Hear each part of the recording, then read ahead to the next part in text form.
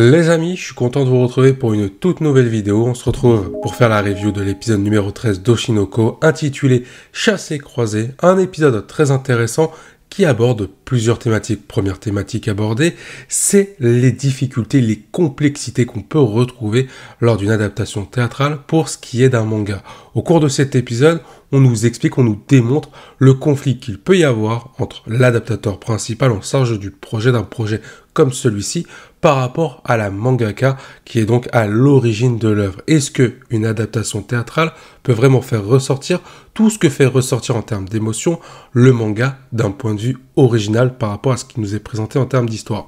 Le deuxième point qui nous a été abordé, c'est la vision théâtrale au cours d'une discussion entre Akane et le personnage d'Aqua. Akane nous parle un petit peu, essaye de défendre un peu sa vision théâtrale par rapport à ce que pense Aqua sur le théâtre, la scène notamment, le dynamique d'une histoire quand elle est racontée. On va commencer par le premier point en détail, notamment le côté conflit qu'on a vu dans cet épisode entre la mangaka, qui s'appelle Abiko, par rapport au dramaturge en charge du projet. On a donc Goa, qui est le dramaturge en charge du projet, l'adaptation théâtrale du manga Tokyo Blade, qui a été écrit par le personnage d'Abiko. Dans l'épisode précédent, il nous expliquait un petit peu les sacrifices qu'il devait faire pour que les différentes scènes soient intéressantes et que le format fonctionne pour ce qui est de la pièce théâtrale, car les différentes émotions qu'on retrouve dans le manga, on ne peut pas forcément les retrouver dans un format de pièce théâtrale par rapport à la dynamique, par rapport à la mise en scène. On est obligé de sacrifier des scènes, de sacrifier des émotions et peut-être de renier certains traits de personnalité du personnage, de certains personnages plutôt, pour ce qui est du manga, pour l'adaptation théâtrale. Sauf que voilà, Abiko, qui est venu aux répétitions, n'est absolument pas d'accord avec ce qu'il se produit sous ses yeux. Pour elle, l'œuvre est complètement dénaturée. Elle ne retrouve pas l'essence même de Tokyo Blade, elle veut que le script soit réécrit, elle estime même que le dramaturge est un véritable escroc, qui n'est pas fait pour ça, qu'il a complètement foiré le projet. Sauf qu'on a quand même une explication qui est très intéressante pour aussi dédouaner le dramaturge et comprendre pourquoi il a fait ces choix-là par rapport à cette adaptation, pourquoi on en est arrivé là entre lui et la mangaka en termes de conflit. Ce qui est intéressant, c'est qu'on a une démonstration durant l'épisode, à la moitié de l'épisode, pour nous expliquer que voilà, par rapport à ce projet entre la mangaka et la personne principale en charge du projet, donc le dramaturge, il y a plusieurs intermédiaires. Quand la mangaka a voulu à plusieurs reprises intervenir pour donner ses idées, changer ce qu'il y avait en termes d'éléments dans le script, au final, les différents intermédiaires qui se trouvaient entre elle et le dramaturge, le message d'origine a été déformé. Ce n'était plus le même message. Donc, ce qui est arrivé aux oreilles du dramaturge, ce n'est plus les recommandations, ou plutôt les propositions de changement qu'avait fait Abiko, mais un message complètement erroné. Ce qui a fait qu'au final, sur le rendu du script, on est arrivé sur quelque chose de complètement différent de ce que voulait Abiko, d'où l'origine du conflit entre la mangaka et le dramaturge. Ce qui est bien avec cet épisode, en comment il a été réalisé, c'est qu'on nous montre vraiment les deux visions qui s'opposent. La vision d'Abiko, qui est complètement envahie par la colère, qui n'est plus raisonnée, qui n'est plus lucide par rapport à ce projet et qui en veut pleinement à Goa sans connaître vraiment les raisons, sans prendre en compte les difficultés, notamment les intermédiaires, et le fait aussi que Goa se donne à fond. Et c'est là l'autre vision qui est aussi terrible, qui nous est présentée. On voit un Goa qui est résigné. Il le sait, dans ce milieu-là, rien n'est pardonné. On peut se faire virer à tout instant, même quand on y est quasiment pour rien. Parce que là, au final, le message qu'il a reçu, les recommandations d'Abiko, ne sont pas les recommandations de la mangaka. Ce sont des recommandations qui ont été modifiées à cause de tous ces intermédiaires. Donc Goa, il s'est donné à fond pour rien. Il a passé des nuits à travailler sur ce projet, il a sacrifié sa vie sociale, il a tout sacrifié pour pouvoir mettre au jour ce projet, il s'est donné à fond. Sauf que ça, Abiko, elle s'en fout complètement. Elle, ce qu'elle voit, c'est uniquement le rendu, et non les raisons qui ont amené à ce rendu. Donc c'est assez cruel, parce qu'au final, Goa, il se fait virer du projet à la fin, malgré tout ce qu'il a fait, malgré tout ce qu'il a donné. Cet épisode, ça nous rappelle que la communication est importante. Plus il y a d'intermédiaires, plus au final le message d'origine, l'essence même de l'œuvre, risque d'être déformé, voire même trompeur par rapport à ce qu'il devait être à l'origine. Là, le problème que remet en cause Abiko, ce sont les émotions, ce sont les personnages qui manquent de personnalité, qui ne ressemblent pas du tout à ce qu'elle a écrit par rapport à son œuvre Tokyo Blade. Alors que Goa, justement, dans l'épisode précédent, on avait eu une scène avec Akane qui essayait d'expliquer que pour elle, elle ne se retrouvait pas dans son personnage parce que le personnage qu'on lui demande d'interpréter n'est pas vraiment le même par rapport à ce qu'on peut retrouver dans le manga. Au final, Goa, ce qu'il essayait d'expliquer dans l'épisode précédent, va se retourner contre lui. Parce que oui, il nous explique que le théâtre, c'est différent d'un manga, c'est même différent aussi du cinéma. C'est une autre mise en scène, c'est d'autres codes, ce que ne connaît pas forcément Abiko. Mais Abiko, elle s'en fout, elle veut vraiment retrouver son univers au travers de la pièce théâtrale. Et comme je l'ai dit, elle estime que pour elle, on l'a complètement ignoré par rapport à ses recommandations. Là encore une fois, il y a un véritable problème de communication, ce qui a condamné Goa. Maintenant, la question qu'on peut se poser, c'est est-ce que Abiko est vraiment immature et déraisonnée par rapport à ses réactions vis-à-vis de Goa et vis-à-vis de ce projet qui est donc porté en forme de pièce théâtrale? Oui et non. On peut comprendre son immaturité, sa colère, parce qu'elle estime qu'elle a été biaisée dans l'histoire, qu'elle n'a pas été écoutée, et que son œuvre a été dénaturée, et qu'elle a été tout simplement volée pour le buzz, pour profiter du succès de Tokyo Blade. Ça, on peut le comprendre. Après, ce qu'on n'accepte pas, et ça c'est mon avis personnel, c'est qu'elle n'essaye pas de comprendre les raisons qui ont amené un petit peu à cet échec par rapport au produit qui lui est proposé, à ces répétitions auxquelles elle assiste, où elle estime que, pour elle, cette adaptation ne ressemble pas du tout à son manga Tokyo Blade. Elle ne prend pas en compte les intermédiaires qui ont pu foirer pour transmettre ses recommandations au dramaturge, elle ne prend pas en compte aussi l'énergie qu'a pu donner Goa, et elle ne prend surtout pas en compte les codes d'une pièce théâtrale qui amène à ces sacrifices, qui amène à une autre mise en scène de ce que peut être un manga. Parce que forcément, pour retranscrire un manga en pièce théâtrale, il faut forcément amener à des changements pour qu'on retrouve les émotions, les sentiments transmis par les personnages de l'œuvre. C'est complètement différent. Et ça, Abiko, elle s'en fout, elle ne prend pas ça en compte.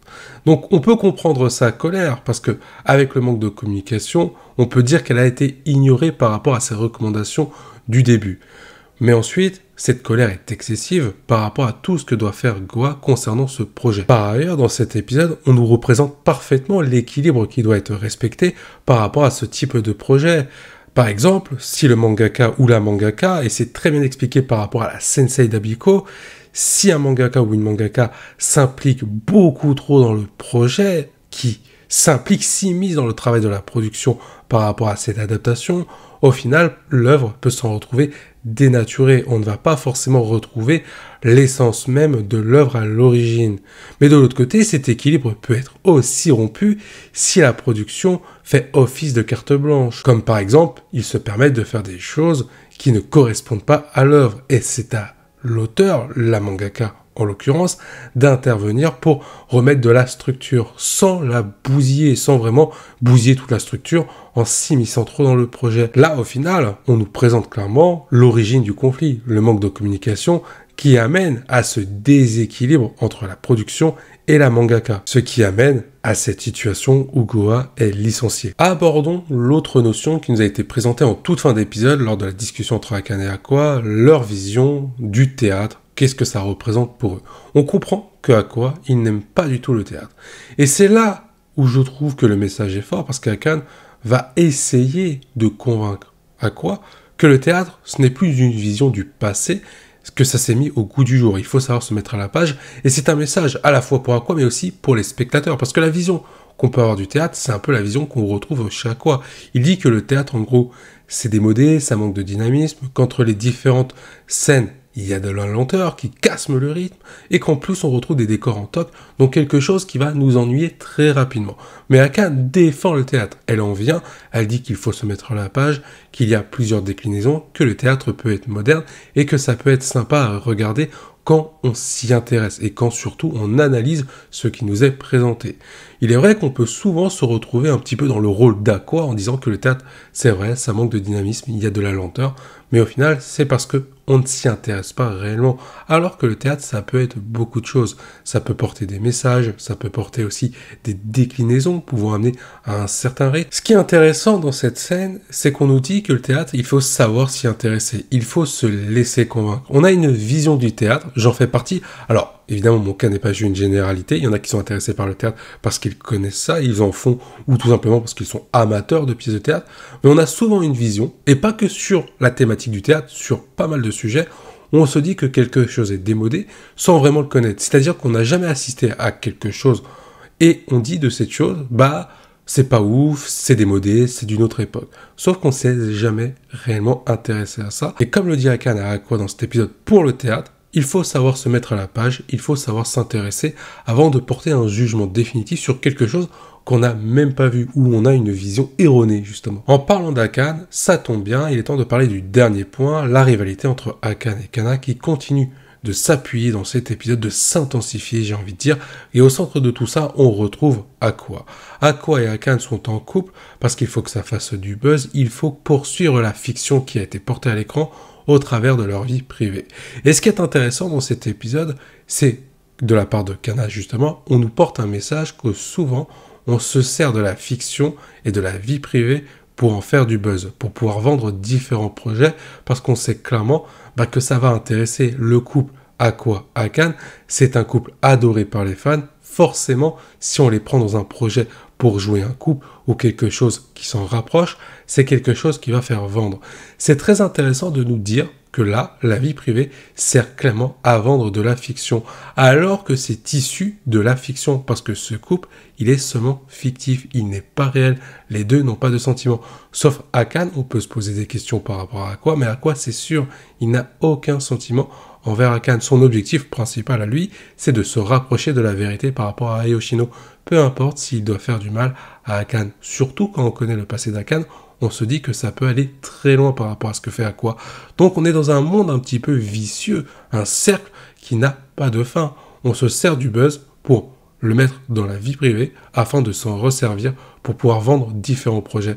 Quelque chose qui, à la fois, est rempli de business, mais qui peut être dramatique d'un point de vue social. De plus, j'ai parlé des conséquences que ça peut amené pour le personnage d'Hakan, quand on connaît son passif, on voit le côté manipulateur d'Aqua, même si ce n'est pas méchant parce qu'il veut découvrir la vérité, quelque chose de juste au final. On peut voir aussi les répercussions sur Kana, ce qui alimente sa rivalité vis-à-vis de Hakan, une rivalité qu'on retrouve sur cette pièce théâtrale. En tout cas, cet épisode était sympathique, plaisant à regarder, j'ai hâte de découvrir le prochain épisode. Ce que j'aime bien avec Oshinoko, c'est que les différents thèmes qui nous sont abordés, on nous les aborde pleinement en décrivant chaque facette, que ce soit du côté des acteurs, du côté de la production, du côté de l'auteur. Là, je prends l'exemple par rapport à la production et le projet qui est porté par Goa autour de Tokyo Blade, avec notamment la scénariste, la mangaka Abiko. Donc, à chaque fois, Oshinoko nous aborde pleinement les différentes choses qu'on doit savoir, et pas seulement que d'un côté. On a tous les tenants et les aboutissants, et c'est ce que j'aime avec cette œuvre. Sur ce, il est temps pour moi de vous quitter, je vous dis à la prochaine, portez-vous bien, et n'oubliez pas que la volonté du KT soit avec vous. J'espère que tu as apprécié cette vidéo, n'hésite pas à liker pour me soutenir, et à t'abonner pour ne rien manquer sur ma chaîne YouTube.